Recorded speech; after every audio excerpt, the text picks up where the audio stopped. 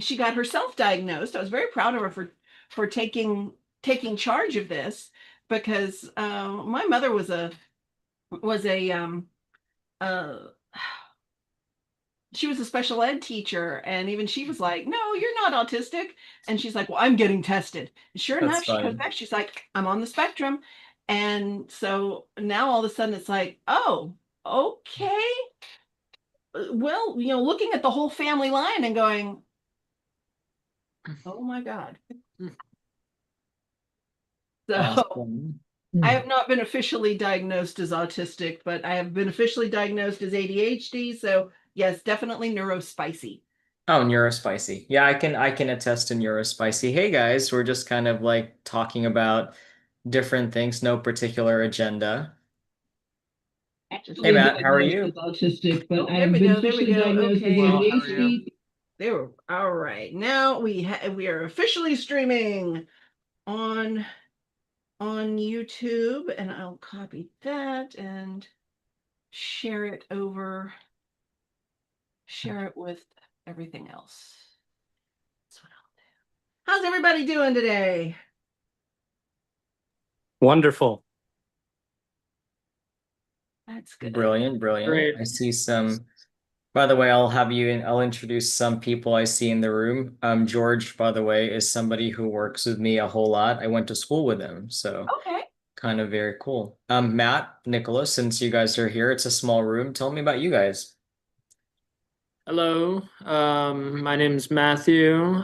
Nicholas is part of my team, Quintana Films. I'm a amateur director of photography and editor, and a little bit involved in everything. I graduated film school here in Tarrant County, DFW area last year, and have taken on a marketing role at a local business. And so always looking to network more with other pros and check out Wonderful. what's going on. Looking forward to another good event this year. Brilliant. Hey, Robin, how are you? Hey, I'm good. I'm sorry to say Ash has got a really horrible cold. Oh That's He's okay. no. really sick and he's not even going to be able to do this weekend. He is just feeling puny. I know. Tell you what, this mama is not is sad. The mama is mourning, but oh well. That's okay. I mean, there will be other opportunities. I think if there's Right. anything that I tell people a lot, in fact, I'll start this off with like some recent interactions, by the way. And Nicholas, I'll get back to you since this is a small room. We can kind of just have like very distinct conversations, and I might even pivot it to some people in the room that I know. But I met a student at the Dallas Creative Meetup the other day, or not the other day, a few days ago. And, he did not finish his 48-hour film project. And I was like, why? And he said, well, because it wasn't everything I wanted to be. I'm like, well, this isn't your Oscar-winning film. Like this is an opportunity for you to kind of like stretch your creative muscles, get to know people and just have fun, quite honestly. It's not the opus to your entire existence, right? And I feel like sometimes people need to hear that because for me, it actually took me a while to even acknowledge being able to do that. So, all right. For people on YouTube, hi, hello. My name is Mark. Obviously, you came here to see me talk a little bit. I got a little presentation, which thankfully, because of San Diego Comic-Con, Aline, I was like, oh my God, I hadn't prepared anything. I'm like, oh, I do this talk all the time at San Diego Comic-Con. Let me just pull up my old slides. So I'll start there and then we can kind of like pivot to a conversation. I'll give you my 2 cents on a couple of different things, but also for you, Matt, and for you, Nicholas, hopefully other people, if you want to join the team, we don't bite. So come join us. It'll be a fun little conversation so you can get some let's call it VFX questions answered live. I'll put it in two perspectives, right? I'll put it from the perspective of like, okay, we can clearly do a lot of things today, and with a lot of time, you can do a lot. But this is a 48-hour film contest or project or whatever you want to call it. and we are under specific time constraints. So the reality is we want to be able to do what we can for the time allocated. And I'll start with just because you can doesn't mean you should. And I've done that so many times myself, and I'll actually share some examples. So we'll kind of like make this pretty interactive. All right, so without further ado, just kind of like making a little quick thing for people that don't know me. So, oops, I moved that around. So, hi guys, my name is Mark. I've been in the visual effects industry now for about give or take 15 years. And on top of that, while everyone was making bread during the pandemic, I opened up a comic book company. You can follow me on socials at MarkFX411, and you can find my indie filmmaking team. And I call it indie filmmaking team because I have different teams, right? I have my core visual effects team that works on major films for major studios, but that's not the topic of this conversation. This is about the independent work. And just because I can do that doesn't mean I shouldn't do this. It's kind of like how I feel like it. I did have an interesting question yesterday. The interesting question from a good friend of mine, who I went to the Dallas Film Festival with yesterday was, well, do you think they'll feel like you have an unfair advantage? And I'm actually going to say no, and I'll tell you why.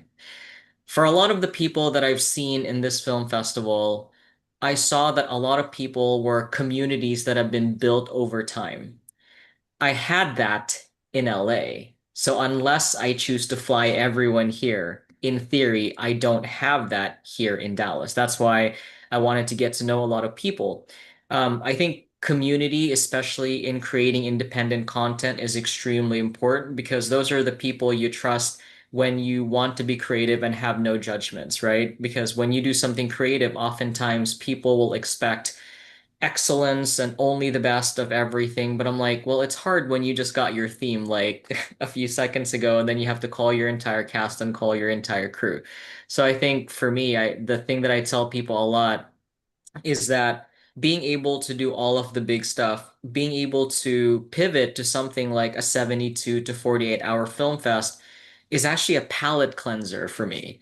It allows me to just do without overthinking things. And so while yes, I did love working on Gotham, Lucifer, Westworld, and all the other things, I actually had to ask Claude the other day, how many have I worked on? Because I lost count. And it told me I've done about 405 episodes of TV, which is inaccurate actually, because it's not counting the stuff that I worked on under business development, which are entire episodes and series. So I would say it's more than that. But let's move on, right? So as I said, beyond my studio work, I like creating my independent content. Um, I found not founded, but I met a lot of amazing people in LA, and we've been just doing projects on our quote unquote free time whenever somebody comes to town, because now we're also fairly distributed. Like my best friend Erica, she moved to Atlanta. And so we weren't just able to make films on the weekend, but every time she comes into town, we'd make one, just rent a studio at the drop of a hat and be like, who's available for camera? So that's the kind of community that is something that I hope to be able to build in the Dallas area as well, because that's invaluable. But on top of that, one of the things that we realized was, well, we like doing more than one thing. So as I said, while everybody was making bread, we ended up making a comic book company based on one of the shorts that we actually developed, which, I highly encourage because it's just another continuation of your creativity. Um, just sharing a little bit of my team. Like, love these people to death. No, went to school with some of them. Some people I've met along the way, but overall, you work with people that get you on a fundamental level, but also people who you just genuinely enjoy working with, right? So the first project that actually allowed me to go back into the independent scene, which is still the one that I'm in post-production of, is a project called Carmina. It's about a young woman from a small town in New Mexico who finds out that her mother is a goddess from Philippine mythology, despite the fact that she lives in a trailer park. So there's a lot to unpack there.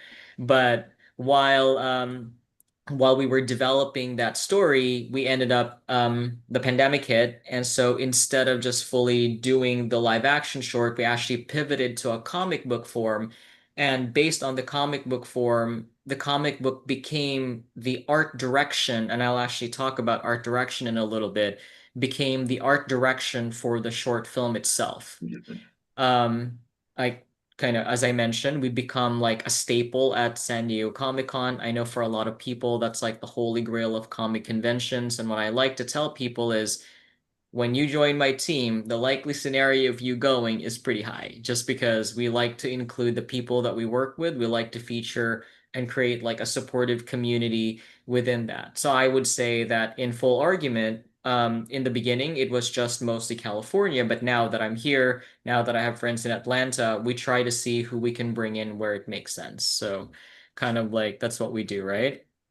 But going back into the story, as you can see here, art direction is very paramount because visually it's something that you can follow. So I argue that if I can give one tip to what you can do to make your shots clear is a vision, right? Without a vision as to how or what you're trying to make, you're really just shooting in the dark. You don't really have purpose. So for anyone doing the 48-hour film challenge, the first thing I would suggest is have a visual frame of reference, because if you have a frame of reference, you have a goal to follow. Whether you hit that goal, diverge from that goal, or hit that goal completely depends on your skill level and what you're able to accomplish within that short time frame. But at the same time, at least you had one versus just like saying, oh, just make something. Like I can tell you right now, from the perspective of any creative, whether you're a DP, a visual effects artist, or or let's just say a gaffer, really, not having a goal is probably one of the worst things you can do to somebody creative. Like if you're directing something, visual clarity is the one that I think is one of the most paramount things for you to be able to do on anything. Not just visual clarity, but clarity in your goal. But when it comes to that, I will say that thankfully, over the last few, we have participated in our share of 72 and 48-hour film projects. Not gonna lie, it's been mostly 72-hour ones. In fact, Scarlet Wonder was our very first one that we did that was a 48-hour one. We did it for the AGBO 48-hour film contest, and that was last year. And oftentimes, what we've found is because I've worked on so much heavy content, I tell people I end up writing comedy because I just want to feel good. Like sometimes we worked on so much like gory stuff and very serious material that when we make our indie stuff, like we tend to lean funny. We tend to lean on just a lot more of the lighthearted stuff. Doesn't necessarily mean we don't do other stuff as well, right? But we kind of like tend to do that. But the thing that was kind of like the most jarring about Scarlet Wonder when we did it was Erica had come over here because we were doing our first comic book signing at oh my God, I'm totally losing the name of the place. The you know what, it will get back to me, but we were doing a comic signing at a major comic book store over in Plano. If anybody knows it in this room, please do tell me because I totally forgot their name. Robin, you know who they are, right? What's their name? Madness. Yes, Madness. They're Sorry, Madness, walking if you're distance from my listening, I did house. not just forget that. Just total brain fart. But Erica came here for a comic book signing at Madness. And so we wrote that comic book signing into the 48 hours. So you can kind of imagine it was kind of chaotic signing for fans while shooting a 48-hour film fest in the middle of that signing. And then on top of that, she wanted to attend the Atlanta screening of Shades of You. So she didn't really have a 48 hours. We really only had like an evening of the day that we received the theme and the day of the signing. So somehow we were able to make a narrative work. Did it look the best? I would argue that that's up for debate. But we submitted it, right? And that's kind of the best part is we submitted it, whether it was full on chaos and we didn't really have all that context or whatnot. All right. So I guess that's really more of like contextual stuff about me. Before we go into kind of like a Q&A, um, I'd love to know a little bit about Nicholas because Matt, I've learned about you, and then maybe Robin, since I like being interactive and we can kind of like bounce off each other. I'll also have you introduce yourselves plus our other people in the room. Nicholas? Well, I mean, very well spoken. First of all, like, I appreciate you talking about vision. That's like a lot of people aren't able to communicate it in the way that you just communicated it, and I think that was like really great. But uh, so I'm Nick or Nicholas. I worked professionally off and on Broadway for about 9 years. Got my master's degree from film in 2024. Worked in New York, like I said, for about 9 years, and recently moved back to be a media and marketing director for a construction company. We do, content, B2B marketing, whatnot. Um, my background is, very versatile when it comes to either movies, plays, musicals, music. I love it all. Um, I just, I love independent art. I love storytelling. Um, that's my bread and butter. Awesome. So I would you say that for the most part, you're an actor by night, but a marketing director by day? It's funny. I was a resident artist for a Shakespearean troupe, the Stag and Lion Theater Company in New York, and I did a lot of performance art. But I eventually got into playwriting, and I was able to get three of my original plays produced by three different production companies in one competitive festival, and I found my true love for producing, direction, and pretending that I'm not an actor, but yes, and there is a part of me that loves that too. But I suppress that part of me. I suppress the performance part of me. Um, New York is a great place. You mentioned you're an LA person, so I know we're kind of rivals. You have probably better avocado. We have better bagels. I know there's a rivalry here, but I um, don't know about that. I mean, I wasn't aware of this rivalry, but also I'm not a East hundred Coast versus percent. West Coast. I mean, like we like having the sunset at 4. You guys have like beautiful weather, um, And earthquakes. Don't and forget earthquakes, and that. earthquakes. So, very impressed though with your way of effectively communicating. And if you don't mind me asking, Sure. uh, to you, what is the difference between plot and story? Hmm. I guess when you say plot, you kind of have a direction that you're going to, whereas story can be the overall arc, whereas plot is almost like directional. You want to be able to get from point A to point B, whereas I feel like story, in a way, you could interpret in many different ways. Like, would you say that's a similar assessment to you as far as like the way that you see it? Yeah, I remember I had done a lot of different stuff, and I went back to get my master's, and there was this teacher I had, and it took me like a day to realize that plot and story are different items. I was always like so assuming that plot was the same as story, but they're not. They're two separate items. And yeah, so I would say plot is like point to point to point, and story is the feeling, Yeah, right? I hear you. Yeah. It's like the plot is the way I think of it, it's kind of the maybe more than the outline, but it's like, okay, this is the skeleton, and then the story is how you fill it in. All right, so let's move on along the line. Robin, can you give us a little introduction to yourself? Because I feel like actually I tried to friend you on Facebook. I couldn't. I'm like, and I looked you up. It's like, oh, you actually have a really good like experience, and I just didn't realize that when we had met. So do tell people about you, Robin. Yeah, cool. Well, so I have entered my third act. That's what I like to call this. I just retired from full time teaching high school in May. I started out in my early 20s after I graduated college at UNT. I started out doing acting and stuff like that, trying to get an agent and all that. And then various things moved along, whatever, life happens. And then I ended up teaching full time and not having much opportunity to do, what I really love the most, although I did really love teaching. And now that I'm retired, I am working on a multimedia theater project that just came flowing out of me. I mean, have you ever had one of those artistic epiphanies that just, and everything just starts flowing out of you? It was Oh like no, the I've had that opposite. multiple times over, and I think It that's was actually why I entered the independent space again. it was the opposite of writer's block. It was like writer's barf. I don't know. And it's still coming. It's still coming, and I'm fine with that. But let's see. Right, my plans now are. I've gotten back into acting. I'm loving it. It's feeding my soul. I've gotten back in. Now I've started writing this show, and I'm trying to get back into directing.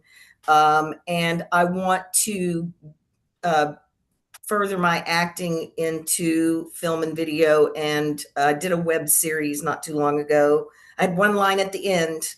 The guy was like, "I'm so sorry, but if we have a second season, we'll have more." I was like, "I don't care. I'm in a web series. I don't care if I have one line Fair. at the end. I'm in it." And then what else? Oh, voiceover. I really want to do voiceover. I mean, let's face it, this is a voiceover hub. And I can do all kinds of dialects and accents, and I love them. And um, Shug's Bagels are very good in Dallas here. And I will tell you this because I was at a restaurant. I had like lox, and the bagel was so darn good. I had to ask the host who made their bagels. I will That's who made try it was. them. I try to avoid Shug. What would carbs, you say but that? What was the name of it? Shug. I think it's SCHUGS. Shugs. I try to avoid carbs too, and I've been really working on that. But if you're gonna have some carbs, that is well worth it. I haven't found a good bagel place since moving back, so I'm gonna give it a see, this try. is the New York guy actually Yeah. debating about bagels, and I know they're very hard on bagels. Yeah, so I'll give it a try though. I've been looking for a place.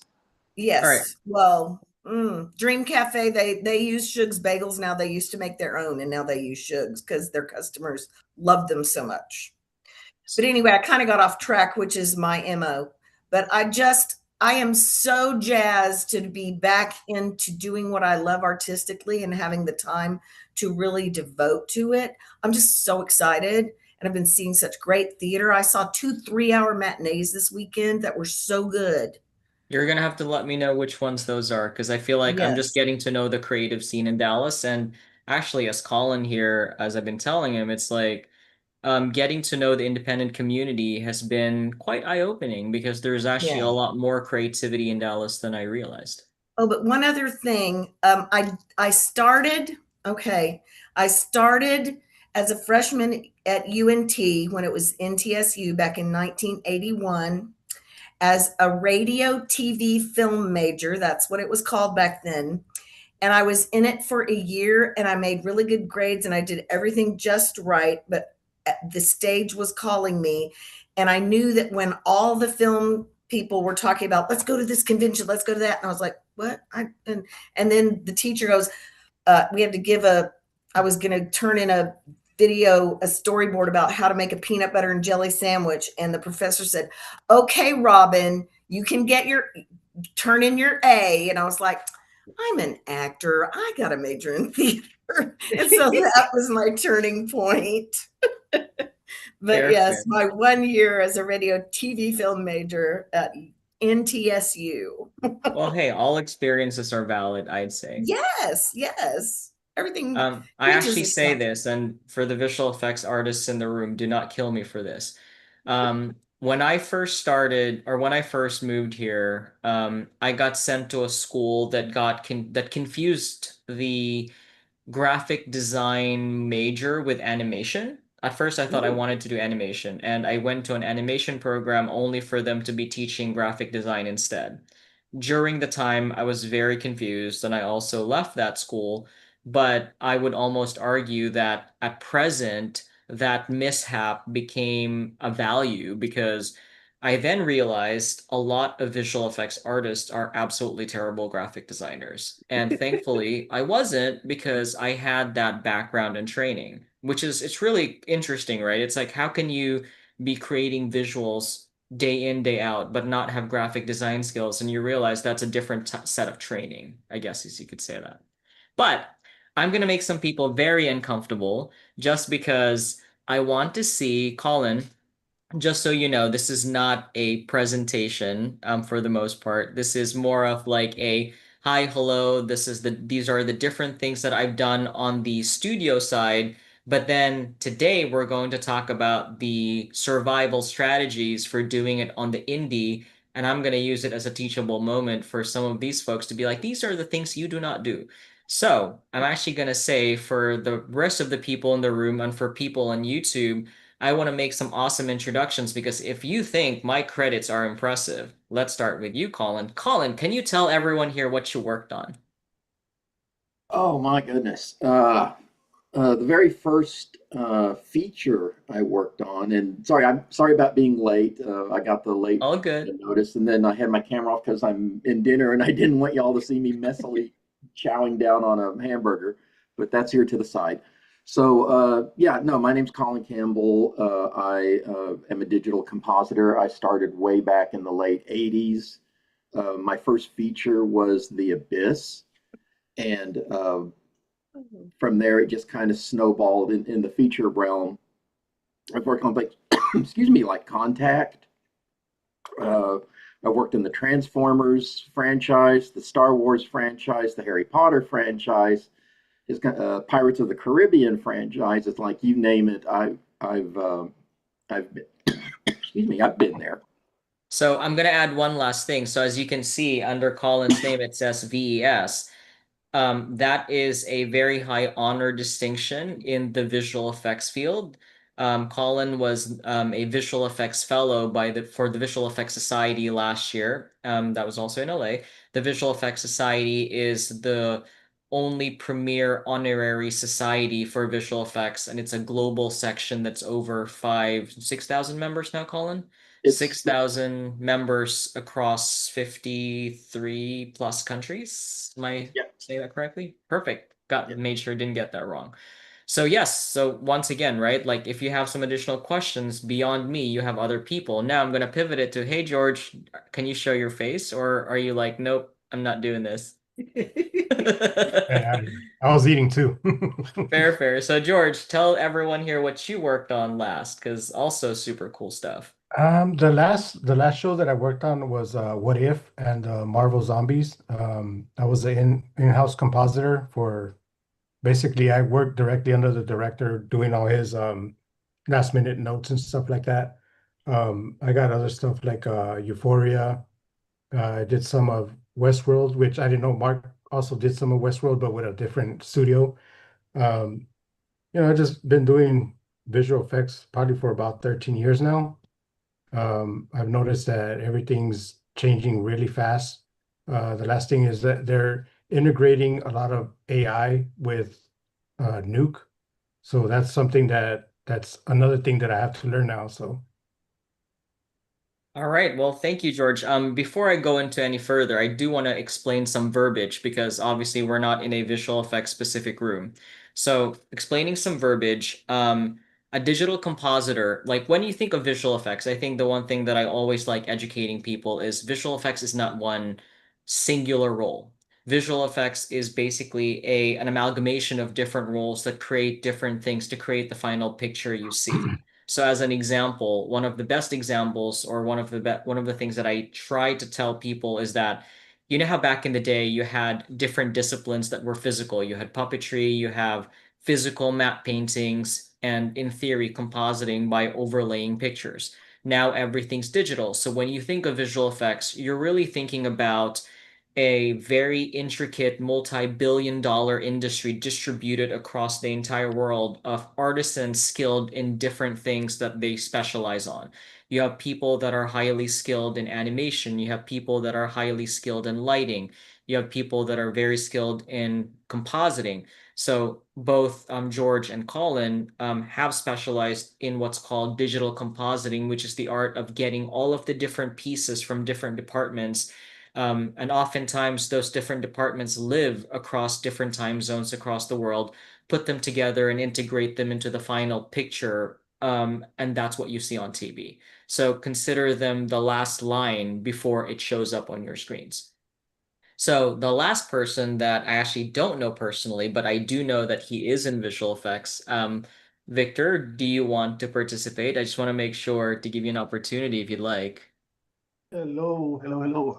Let me turn on my camera. Give me a second. Um, Hello, right there.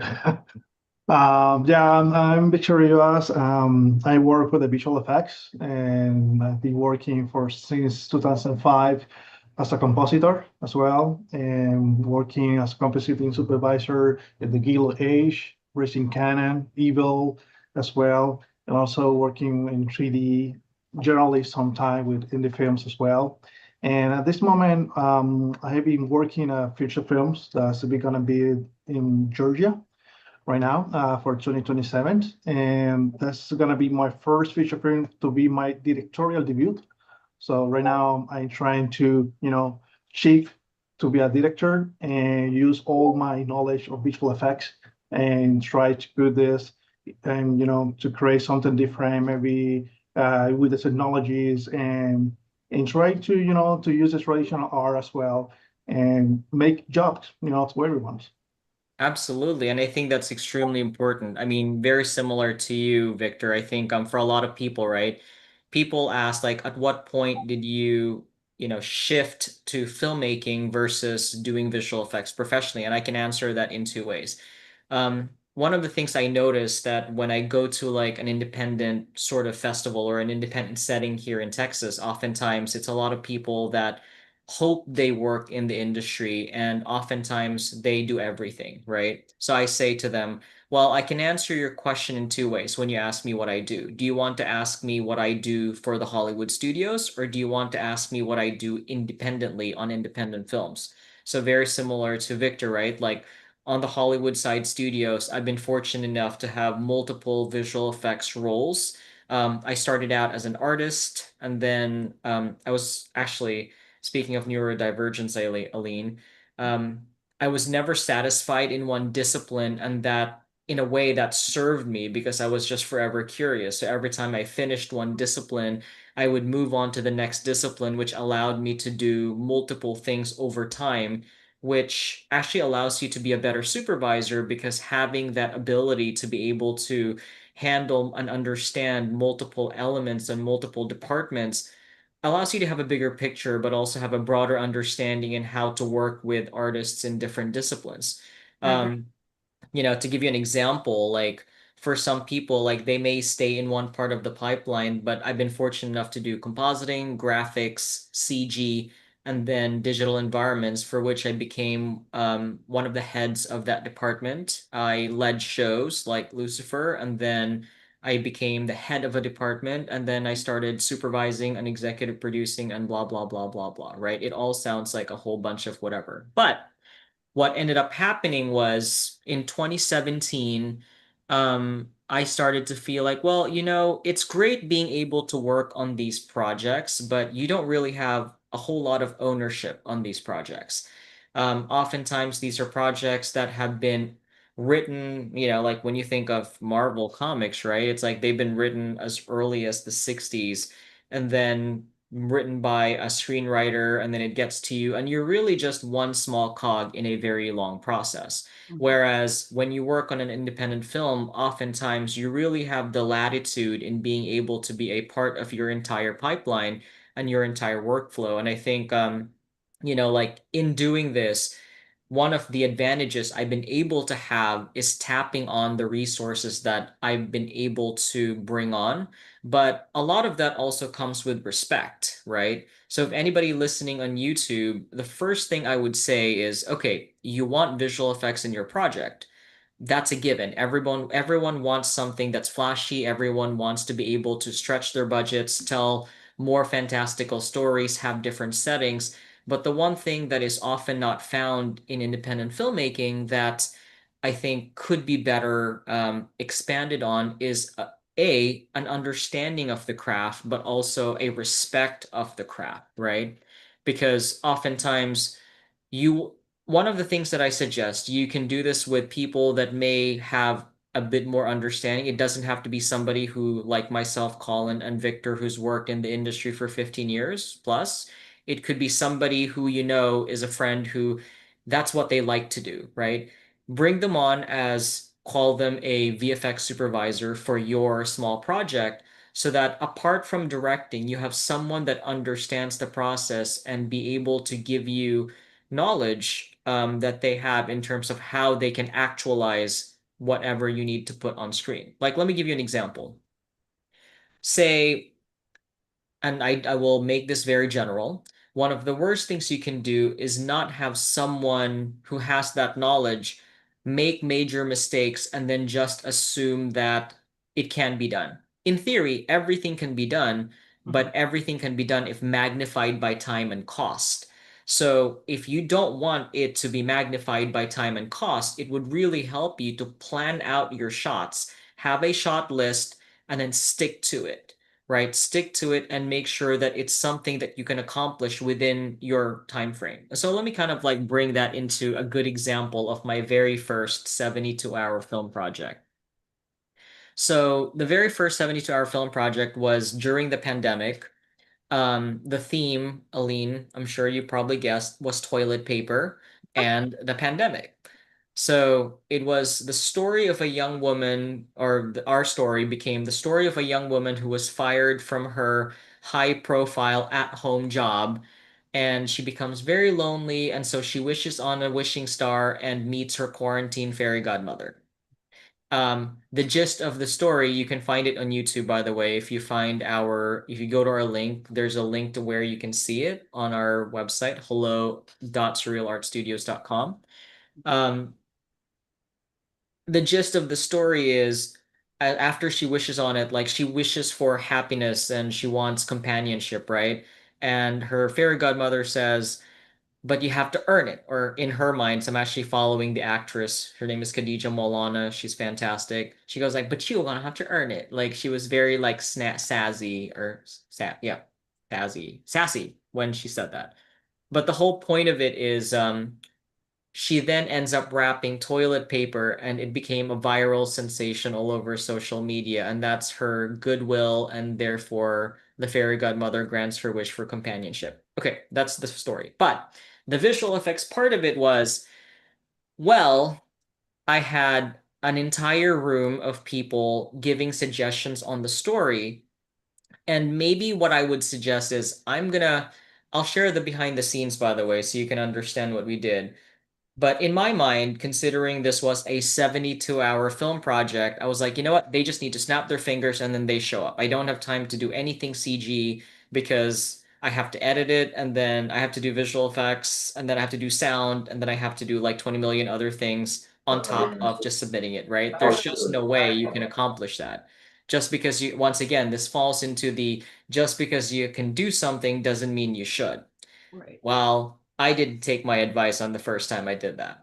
And so while we were ideating the story, my good friend Dana, who's in the film, goes like, "No, that's too basic. She should arrive on a murder hornet." And I was like, "That's a great idea." I'm like, "Well, okay. So that includes CG, and then me being dumb too, just because like this was again one of the first 72-hour film projects that I did. I was like, oh, all of her screens are gonna be phone screens. We're gonna do custom comps, and then she's gonna have a monitor comp. Collins like, you should have known better. So let me kind of share the behind the scenes. And also, this is a lecture in what you shouldn't do. Just because you can doesn't mean you should. But it's fun to see because it is a funny piece. I'm glad we did it. Was it necessary and realistic for the context of a 72-hour film fest? Well, that's debatable.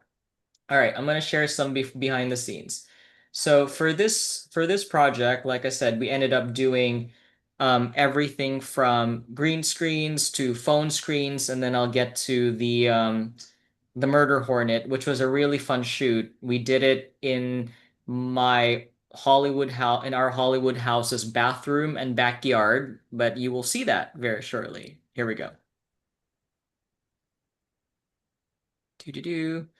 So I'm just gonna skip through. I'm not gonna make you watch the whole thing. If you want to watch the whole thing, like I said, it's there. Let's see. Am I screen sharing? Yes, I am. All right.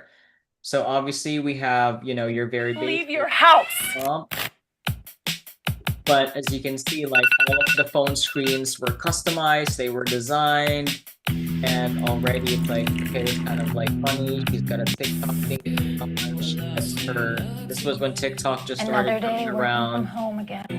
and then she gets fired from her job. Where's the rest You of can my kind team? of see that Well, the they've screen all been monitors laid were off, closeted because the including actors weren't you. able to show up. Excuse me? Um, How dare they? like, she gets fired, she calls her Siri, FaceTime mom. design. Once again, They the wait. issue is it's not that you can't do it, but you're also adding a lot of new variables to your scenes, right? You're creating custom things. And now let's go to our favorite scene, just because it's just ridiculous. And Erica, if you're watching this, I'm so sorry. They'll see you peeing, pretending to pee, but that's the whole part of the story and the gag, right? Here we go.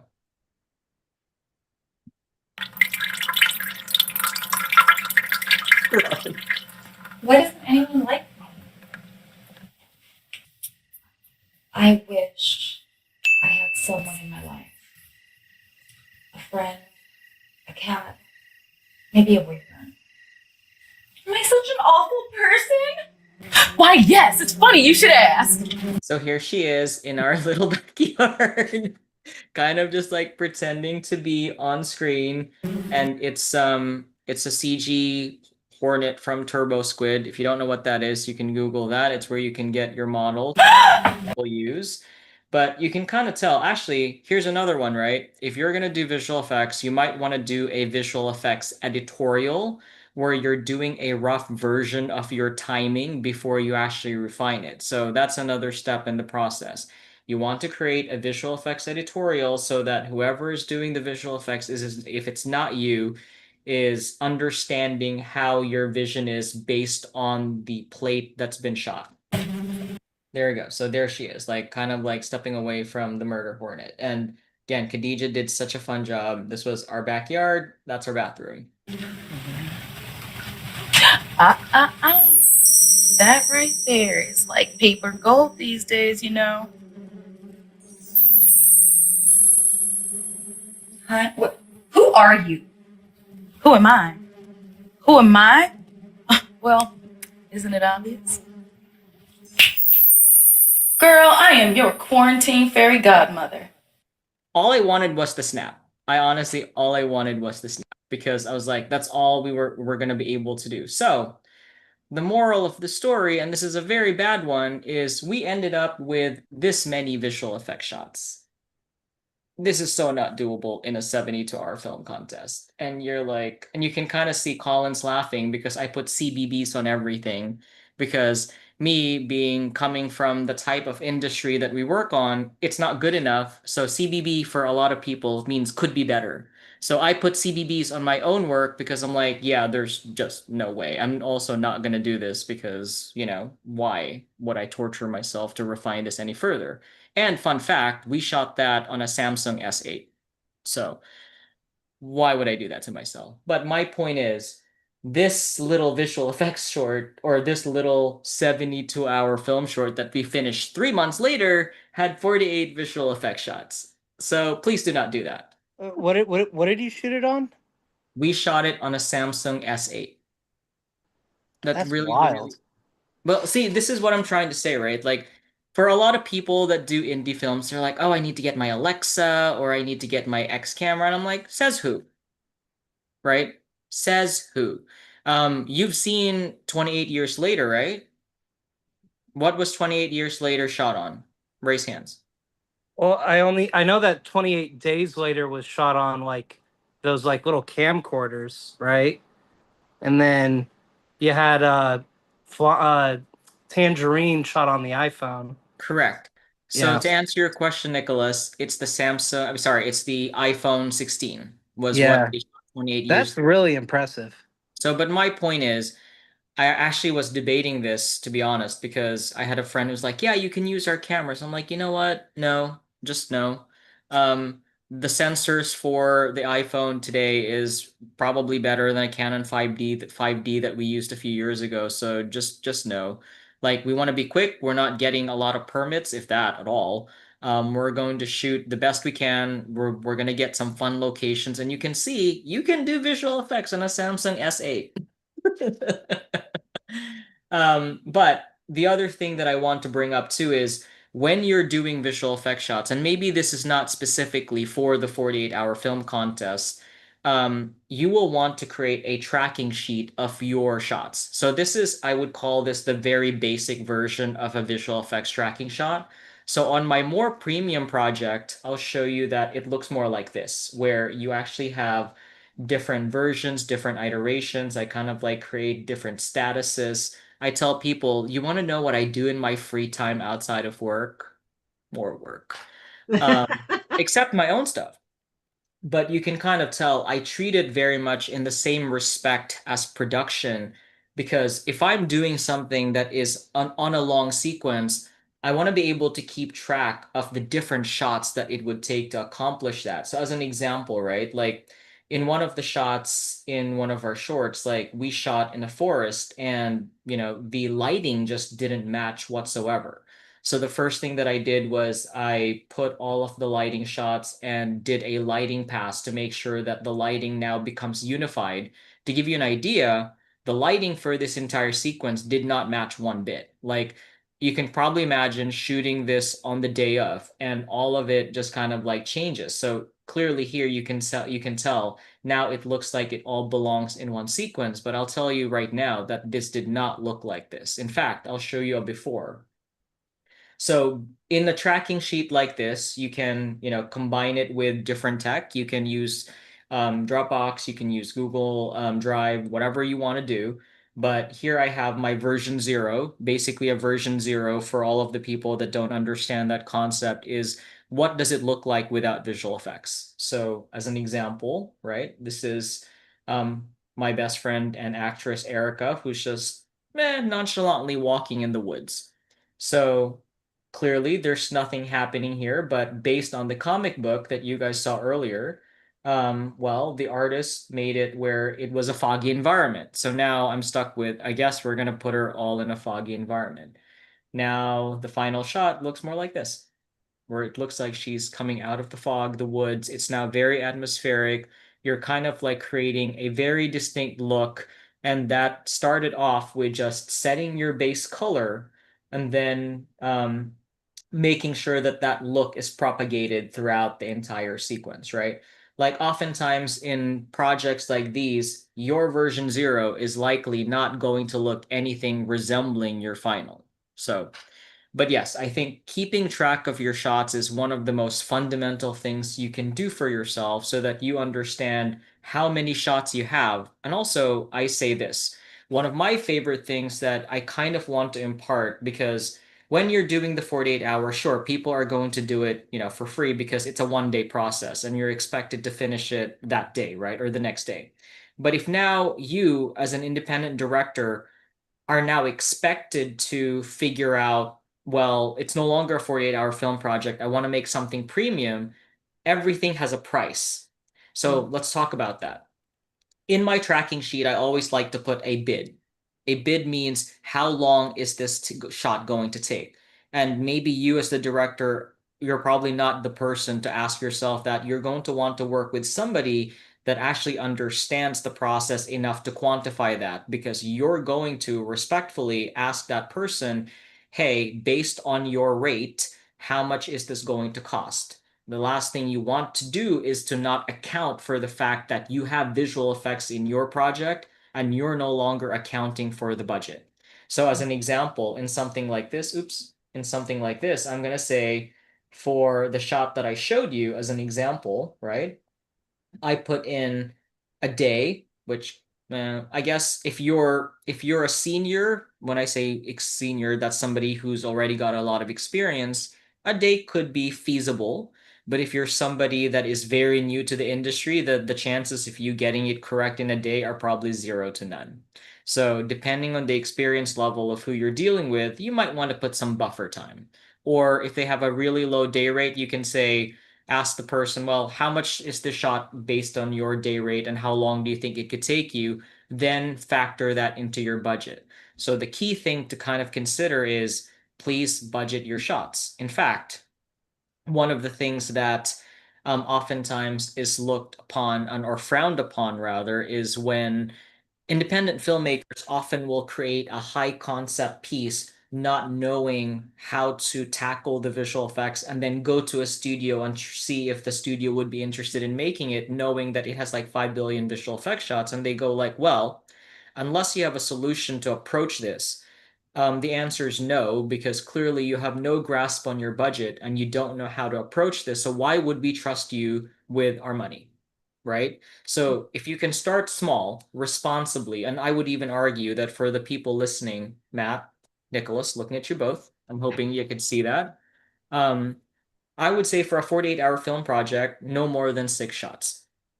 If they're very basic, if it's like a cleanup, sure, but keep it to 3 to 6 realistically. And you could kind of argue that that 3 to 6, maybe you have one that's like icing on the cake, that's like something epic, and everything else should be very minor because you really just don't have time. And then the other tip I could give is if you're not the person doing the visual effects and you're editing it still, make sure you prioritize giving that visual effect shot to the person first so that they can work on it while you lock your edit. So that's kind of like my general big pieces of advice for something like the 48-hour and the 72-hour film fest, because you want to lock in the visual effect shots so that the person doing it has more time while you finesse the rest of the edit. Coolsies? So why don't we take some questions? Because I know I've been kind of like ranting this whole time. I have a question for you. Yes. What is the most basic visual effects technique you've used that actually looks like it took a lot of work, like a lot of CGI work or something, but something that's just super simple DIY kind of You know thing? what? Actually, the answer to that is a split screen. Okay. I can say that because like, okay, within a split screen, you can control your timing. You're not really masking a whole lot in articulation. Like, you could say, like, if let's pretend you're doing Carrie, right? If you're doing Carrie, you can do a split screen where somebody's doing something telekinetically behind the scenes. You can kind of control whatever, hide your strings or seams underneath a certain section. And you can create that interaction by essentially just editing and splitting the screen somewhere where the seams make sense. It can still feel interesting and epic. Actually, if you're doing a horror film, something scary, something freaky, like something along those lines, it's a very easy and effective way to combine a split screen with your audio effects for maximum impact. And actually, when you think about it, a split screen can also be utilized in an environment. So let me explain. So Aline, I see that right now you're in, is that from Final Fantasy? I have no idea. It Okay, was so pretty. I liked it. It looks better than my actual background. fair. So let's say environments, right? And by the way, George, Victor, Colin, you're more than welcome to chime in. I'm not the only visual effects person in the room here. When you have an environment, right? Like, and this is something that we want to educate a lot of filmmakers, when you have a setting, a place, um, the only thing that makes it complex to extend that is if there's movement in front of it, or if there's camera move, or if there's people moving around it, right? So let's pretend you're in Fort Worth right now, and you want to pretend like you're in New York. So what I would do is I would have people walk under a certain section where you can just cut off the top of that building with a soft roto. Make sure that you have a plate or a photograph of New York that matches the lighting of that exact same scene.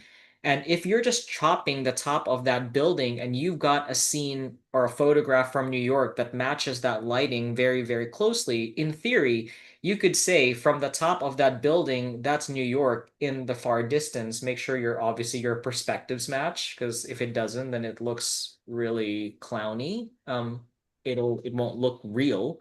But that type of split screen is also very feasible. I mean, hell, if you want to be creative, you can do miniatures, right? Maybe let's say we want to do that background, and somehow Nicholas has the, I don't know, the miniature Lego playset of that.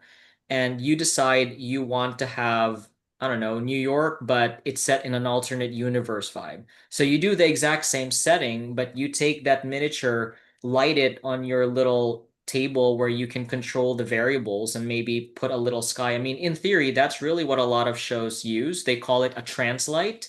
What a translight is, for people in the audience that are listening, it's really just a really nice backdrop that is created, and oftentimes it's out of focus so that you don't see it. Or in visual effects, you bring life to it by adding like twinkling lights, maybe you add some birds, but all it is really just a static background that you're putting in there to kind of like create the illusion that you're somewhere else.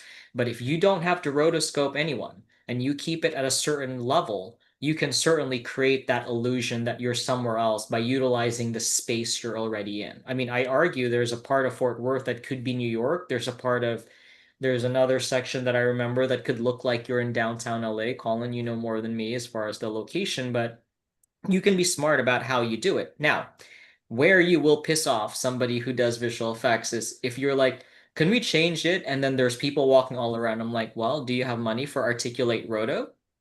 I would argue that the tools today are better, but it's still imperfect in that you can do it. Will it look sloppy? Very likely. Does that answer your question, Aline? I think so, yeah. So how about this? Let's move on to the next part. George, Victor, Colin, do you guys have anything to add about an easy, epic visual effect shot to accomplish for someone that's maybe not as skilled as us in visual effects, but something easy? Thoughts? Wow. One thing, yeah, you can always do. It depends what we, the variations on the what we call the Texas switch, which is a technique when you see a character do an extreme stunt and then they, pop up, full frame. Usually that's a stunt person falling behind a set piece, and then the actor is back there behind waiting to stand up, and then goes on and carries out with the action of the scene. You can do a lot of things like that where you need to transition from one thing or the other, and just trying to creatively have someone walk in front of the camera, and that will be your transition point, to go from one thing to another. And you can do that as an editorial tool as well. But I've done things where I've had a shot where I had to go from a digital double to a blue screen actor, and the morph wasn't quite working, but fortunately the scene was very smoky and atmospheric, and I noticed that the smoke element really grunged up the image. So I just conveniently had like a spark go over the person's face and then some smoke blow by, and the transition happened, through that deal. So always, smoke and mirrors, no pun intended, but yeah, smoke and mirrors. Always look for the distraction over here while you're actually doing the trick over here. Cool. So, trick question for terminology for the audience. What's a digital double? A digital double is any time that you have a CG animated character who is working in place of the actor, usually doing more dramatic and dangerous stunts and things like that, or something that just a person wouldn't do. You'll see it a whole lot in practically every Fast and Furious movie. But yeah, when people are jumping and landing on cars and you're like, wow, that would kill a normal person, that's obvious that's going to be a digital double. So let's talk cheap filmmaking. Like if I can think of a way where, okay, well, I don't have a digital double, I don't have money, but I have action figures. Well, if somebody's going to fall off a building and you want to see them fall, what you could do is, if it's possible at all, have them dress up very close to that action figure, have them fall in one angle, and then have, I don't know, a picture of the side of a building and just kind of like drop it. Like that's an easy way to do a pretend digital double, right? Like again, just because we've done a lot doesn't mean all the doesn't mean the only approach that's valid is the expensive approach. You can certainly look to do, let's call it fun little ways to kind of accomplish the same thing without breaking the bank. On a different note, I do want to switch a little pivot to something just because, like, Josh, are you around?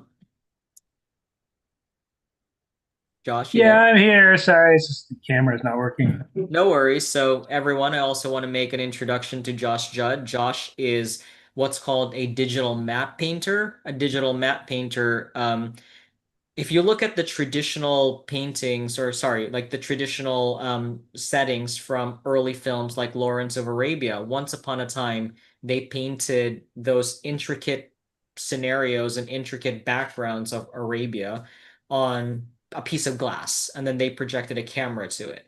Today, that's done digitally, and that's what Josh specializes on. I've worked with Josh on Westworld, Gotham.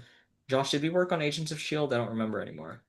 Yeah, a little bit. Yeah. Yeah, okay. So yes, Josh and I have worked a lot. He was in my environments team a while back. And Kinetra, I do remember seeing you. Do you want to make a little introduction to yourself for the people here? Hi guys, I have a lozenge in my mouth right now, so I have to move it to the side. I didn't know Mark would call on me, but thank you for the invite, Aileen, and thank you, Mark. This is my first time in the 48-hour film festival realm. I am an actress based out of Dallas. Recently moved here from Charlotte, North Carolina, so I joined the call to meet and listen in since I'm new in the area. So some definitely exciting information and so many things I've learned just based off of your clips that you were showing, Mark. Super cool stuff that I had no idea you could even do. So thank you Absolutely. guys. No, my pleasure. I think if Right, anything, right. we can do a series. Okay, how about this? Let's move on to the next question. Matt, or Nicholas, do you guys have a question on any approach that obviously we don't know the theme for Friday? Are there any ideas that you're like, you know what, I really want to have an idea for how to accomplish this? Do you have one? Or maybe you've tried it in the Yeah, past and it yeah. just I didn't think go Matt well. Matt does have one. Oh, you're He muted. throws me under the water because I'm the team lead and he's my AD. So I don't necessarily have anything specific. Matt is full of ideas, by the way. I have He's dabbled. got plenty of I ideas. have I have He told dabbled. me before this call. He said, "Dude, I have a dozen ideas." So Matt, take it away for us. I don't let him lie to you. I've known Nick for 10 years and I know what he likes to do. He's a great guy though, and I'm very happy he's back from New York. I do have a question because I have a couple of things that I'd like to bring up or ask, and it doesn't have to all be answered at once. But as a DP, I'm going to go from a DP perspective first, and it's more of just intrigue as a certified lens obsessionist. I'm curious as to why, um, when I was in school, I was always taught that, you fancy anamorphics. And we did have a lot of projects where we did have to work with green. And I'm curious if you guys have the answer as to why anamorphics and green or anamorphics and visual effects do not mesh, and if they don't and you're in a scene that is primarily using anamorphics, is that something that you bypass or will you do like a particular effect to mimic an anamorphic look, such So as a horizontal lens flare or oval shaped bokeh or any of that good stuff? So let me start with the answer that everything that was assumed for you in film school is horseshit. Um, I don't know who told you that, but we work on anamorphic projects all the time. Um, Something shot in anamorphic has no consequence on what you can do in visual effects because All it really is a squeezed frame that when you expand has the lens flares. So, like as an example, when we work on a project that is anamorphic, we will often stretch that frame and then work off that stretched frame. And then you're right, replicate the lens flare so that when we do introduce something foreign, it's there. If you don't mind me asking, like, can you frame how that was taught and what did this person assume was the challenge of why visual effects and anamorphic shots or anamorphic cameras don't work, if you don't mind me asking? Um, I couldn't give you an answer. I was told you don't use anamorphics for VFX shots and you use spherical glass for visual effects, and then you mimic an anamorphic look in post. No, not necessarily. Like to give you an example, and I'll actually use this from a phone camera perspective. When we shot the last 48-hour film project that we did, I specifically shot it on the iPhone with an anamorphic lens attachment. So that already tells you immediately that that assumption is 100% false, just because, I mean, an anamorphic lens doesn't really do anything specific that deters it for being used in a visual effects environment. Like Sure. all it is a squeezed frame that Just gives you, a wider frame. So that's the answer I was really looking for, and I'm very glad you have debunked that for me. And if I may, I have another question as well. And I think this is more um, popular in questioning nowadays sure. as to why do movies not use shadows as much as they did in, say, the 80s, the 90s, the early 2000s, and even into the 2010s. And I'm curious because of the fact that I had an editing teacher that said there's always a little bit of work to every shot. Not every shot, but most shots have a little bit of cleanup somewhere here or there, whether it be continuity or this or that. Color correction, this or that, which I could completely understand. Visual effects, I don't necessarily understand. There's cleanup on every shot. But I want to know if the potential reasoning as to why there is not shadows is because they're primarily going for more flat lighting, which could be associated with a cleaner VFX plate. No, not at all. Once again, like I'm gonna debunk that myth and that shadows have nothing to do with the lack of availability of working anywhere in post. I mean, when you think of certain films, like have you taken a look at Spider Noir as an example that's about to come out? I would almost argue that that's very deeply atmospheric and is all like often plays around with deep shadows. So Sure. I would say that that's more of an opinion versus a fact. Colin, do you kind of like agree with that statement? Yeah, I've noticed probably even like the past 10 years or so that it seems to be more of a stylistic choice in that, flat lighting, uh, even, colors that are a little bit more, uh, don't stand out, not quite so vibrant, give more of a real world or documentary look. And so I guess directors think if they're getting that look, people are buying into the story that this is really happening, as opposed to say like a Marvel, movie where colors are just popping out and practically, punching your eyes out. So I think that's probably less from a technical standpoint of how to create, the visual effects, but it's more just a stylistic choice of the director.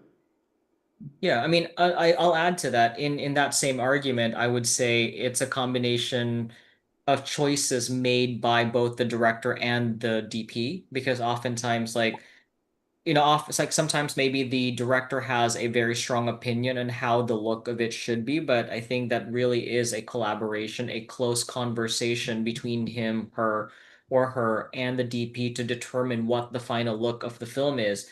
I just want to kind of like remind the audience, like when you think of what visual effects is, visual effects works to serve the story, not the other way around. So if something is shot with deep shadows, visual effects will absolutely try to match that, not try, will match that to make sure that anything created within the digital world matches what was shot in photography. So oftentimes, the one thing I will explain, the more senior the visual effects professional, the more of an understanding, deep and I would say deep understanding they have of cameras, color spaces, cinematography, all of the things that DPs and directors have a good understanding of, and they have that understanding to be able to replicate what is on the screen and like to be able to create that, like to be able to create the CG equivalent of what has already been shot for the frame, for the final frame. And if I may, just kind of to piggyback off that, going back to the lens flare, the anamorphic thing. I mean, yes, you can shoot a frame with an oversized aspect ratio and then crop an anamorphic aspect ratio out of that. Sure. But what you need to be concerned about is if you're using a spherical lens, you're going to get a spherical lens flare, which is that nice circle, rainbow ring, which is not an anamorphic flare. So if you're shooting with anamorphic, that's capturing your image squeezed, but the lens flare is going to be spherical. And then when it gets stretched on projection, that's why you get that big, beautiful oval lens flare. So if you're already trapping yourself with spherical lens flares in an anamorphic cropped format, then you probably need to carry that lens flare out, but you are technically lying to the audience, saying this is not really an anamorphic movie. Right. All right. Well, thank you guys. I do appreciate that. And I'll go back and tell them you're full of shit.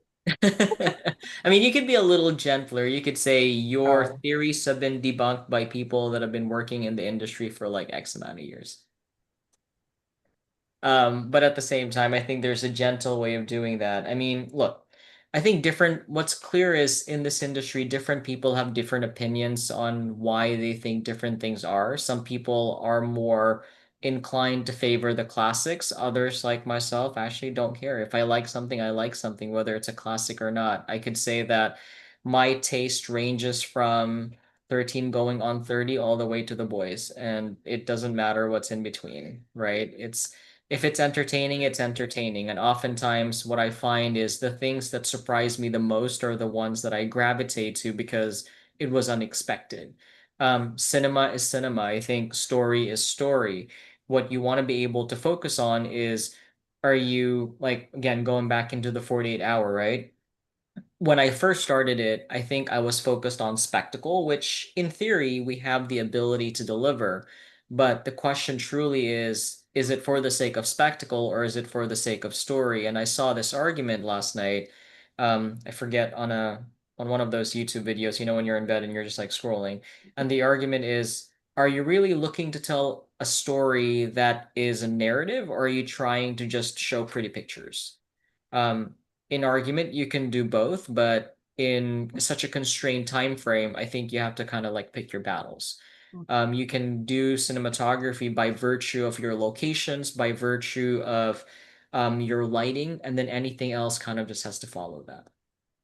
And I'll say that in my experience, and of course the judges, we switch out the judges a lot, and so last year's results and this year's results may be very different, but in my experience, the judges are just as likely to choose a best film that has absolutely no bells and whistles, but just a really engaging story over something that has a whole lot of bells and whistles. So the idea is to entertain as best as possible with what you have, and leave it in the hands of the judges. But honestly, it's all about, this competition is more about what you're competing with yourself. It's more like a marathon. What you get out of it, what you put into it. So put your best and see what happens. But yeah, anyway, And I'll sweeten I'm the deal rambling a little even. bit, but That's Now, basically in the deal, even like obviously Aline knows that I'm in the Dallas 48-hour film contest Discord. If you guys have any questions between now and Friday before all of the madness starts, feel free to ask. And if I'm able to and not kind of like pulling my hair out on a client thing, then I will certainly answer that for you. Absolutely. And that's one of the things we like about having this, these large forums, either on Discord or Facebook or WhatsApp. We've tried all of them in the past, is that, even though I'm technically supposed to be on call 48 hours, that can be impossible. So if somebody asks a question at 3 a.m. and someone else is there who can answer it before I can, you know, that's even better because and my experience is very different. I mean, I participated in my first official 48 in December. Before that, my experience was I gave a team a great idea and took my tiny little babies home to sleep. So my experience was very, very minimal. And I've been involved in some other film races, but they weren't 48-hour film races. Well, they finally gave us city producers one of our own in December. And man, that was eye-opening. I learned so much about what I didn't know that I didn't know.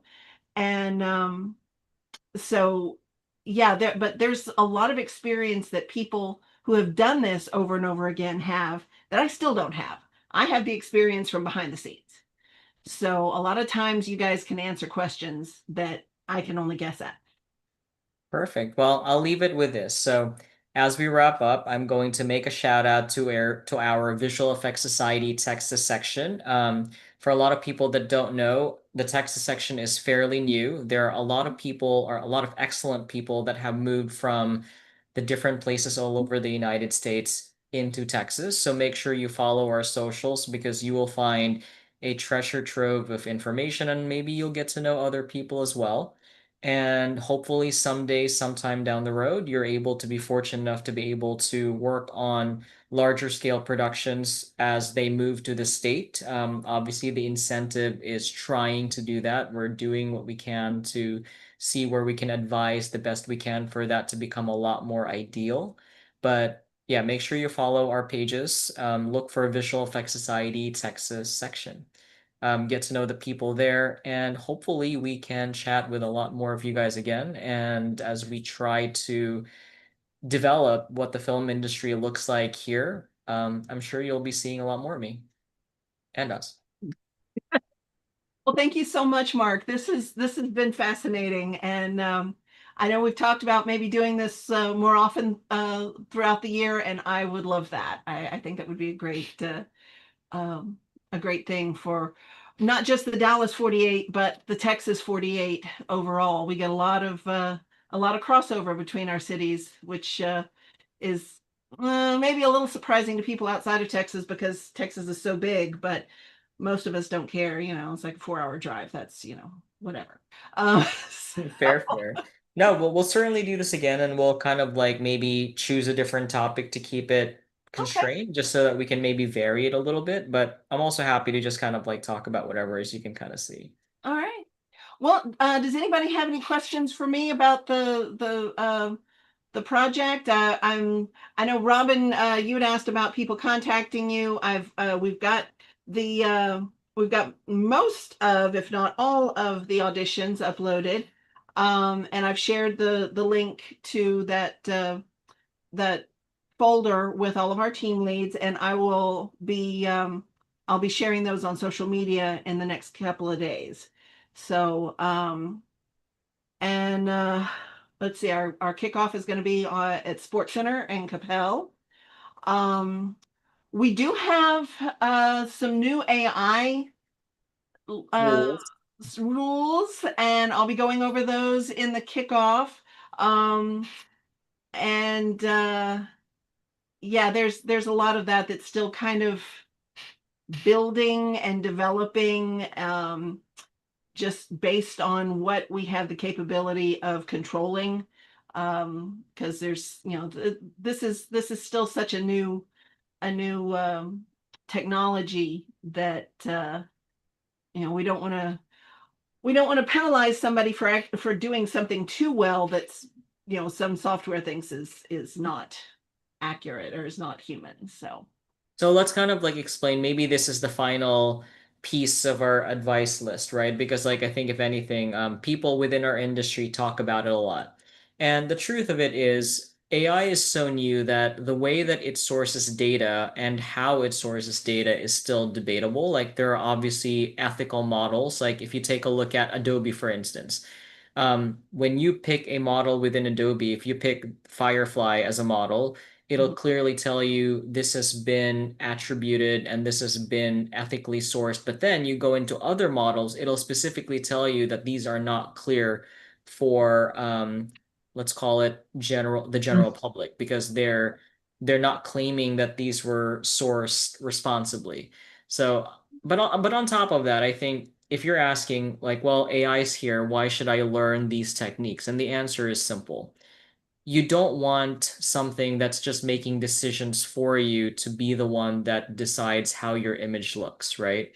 You want to be able to you want to be able to make conscious choices when you make images. You want to be able to make conscious choices when you're creating stories, because otherwise, why are you creating them if you're just having something else do it? Yeah. Like I, it's a I tool like anything else. exactly. I tried to get it to create an image for me based on my prompts, and there was just one little edit, and I'm like, okay, I need you to move this up, just up, and it kept doing things wrong. And you know, I wasted several days trying to get that right. One of my favorite stories, and this from years ago before AI was a thing. There was a filmmaker. I couldn't remember the name of the team or the film, but they had an alien character that they just represented with a light just shining in various parts of the room. And then I think they used a bell. Every time the light moved, they rang the bell.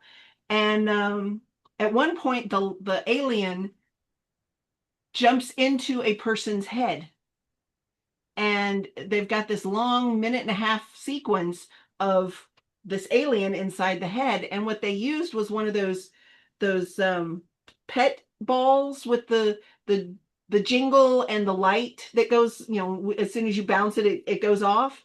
And they put it in a grocery bag, and they just filmed it really close, just moving around. That was it. But And you also could not tell. yeah, in addition to that, like I think some of the most iconic shots in film have been created because there were limitations. So Yes. if everything's perfect and you're just getting exactly what you're going after, then I'd argue that maybe those limitations are no longer able to give you those moments where you can create something just based on pure need and limitations, right? Mm-hmm. So Exactly. ingenuity is a good thing. So, the AI conversation is such a difficult topic. Unfortunately, in my department, we cut 3/5 of my department for marketing and media for AI. Not by my choice. Right, right. You're not the only one. I mean, like it's impacting every industry. Um, I'm the curious to see what happens 2 years from now.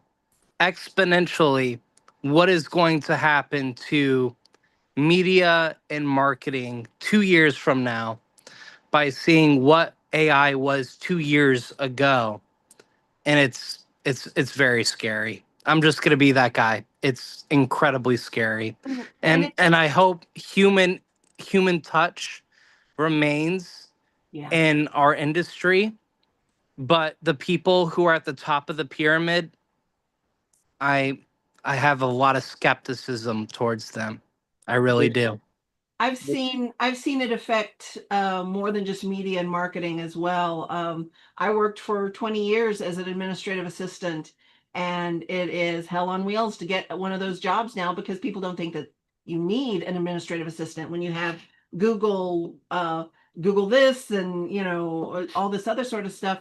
But then, if you know, having been in that position for so long, I see where things fall through the cracks. I see the gross misspellings. I see, poorly, I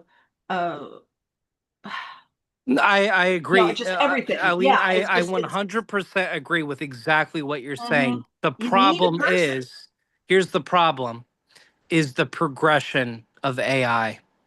That's Yeah. the problem. They're Because pushing it too far, too fast. 2 years from now, I don't know what is it going to be capable of 2 years from now versus what it wasn't capable of 2 years ago. Right. That is what's scary to me. And being a B2B marketing director, it's scary. It really is. We definitely need some regulations on it. And we could have a conversation about that all night long. Yeah, it's definitely not a topic for the next few minutes. It's an extended topic that deserves its own attention. And maybe someday that'll be the topic of the conversation. Yeah. But once again, everybody, it's been great seeing everyone's beautiful faces. I hope to work with each and every one of you guys at one point or another, as now we're here in Dallas. And as you can see, my network is not just Dallas. We've got George in LA. Also, Josh is in LA. And Victor, you are in I am in Orlando right now. Orlando. Yeah, but I spend most of my time in Georgia. Perfect. Sometimes. See, Yeah. exactly. See, everyone's from different places. I think at one point or the other, this is now a globalized national industry. So it really isn't just here. So you think of starting here, you don't end here. Like you really are creating networks across the state and across the world. So hope I'm really glad in this conversation, Mark, that you were able to talk about AI because it's kind of that elephant in the room subject. And I really respect you for that. Thank you. I really appreciate you. No, my pleasure. I think it's the elephant in the room for every conversation, but if we don't address it, how else are you going to factor into the conversation? It's so present in everything at this point. You just can't deny it anymore. There are ethical ways to deal with it, and then there are ways where we're still figuring it out. All right, everybody. Well, thank you again, and feel free to ask questions on Discord if you'd like. Otherwise, I'll see you guys at the kickoff. Okay. See Thanks, y'all Mark. in a few days. Yeah. Thanks, guys. Bye-bye. See you Friday.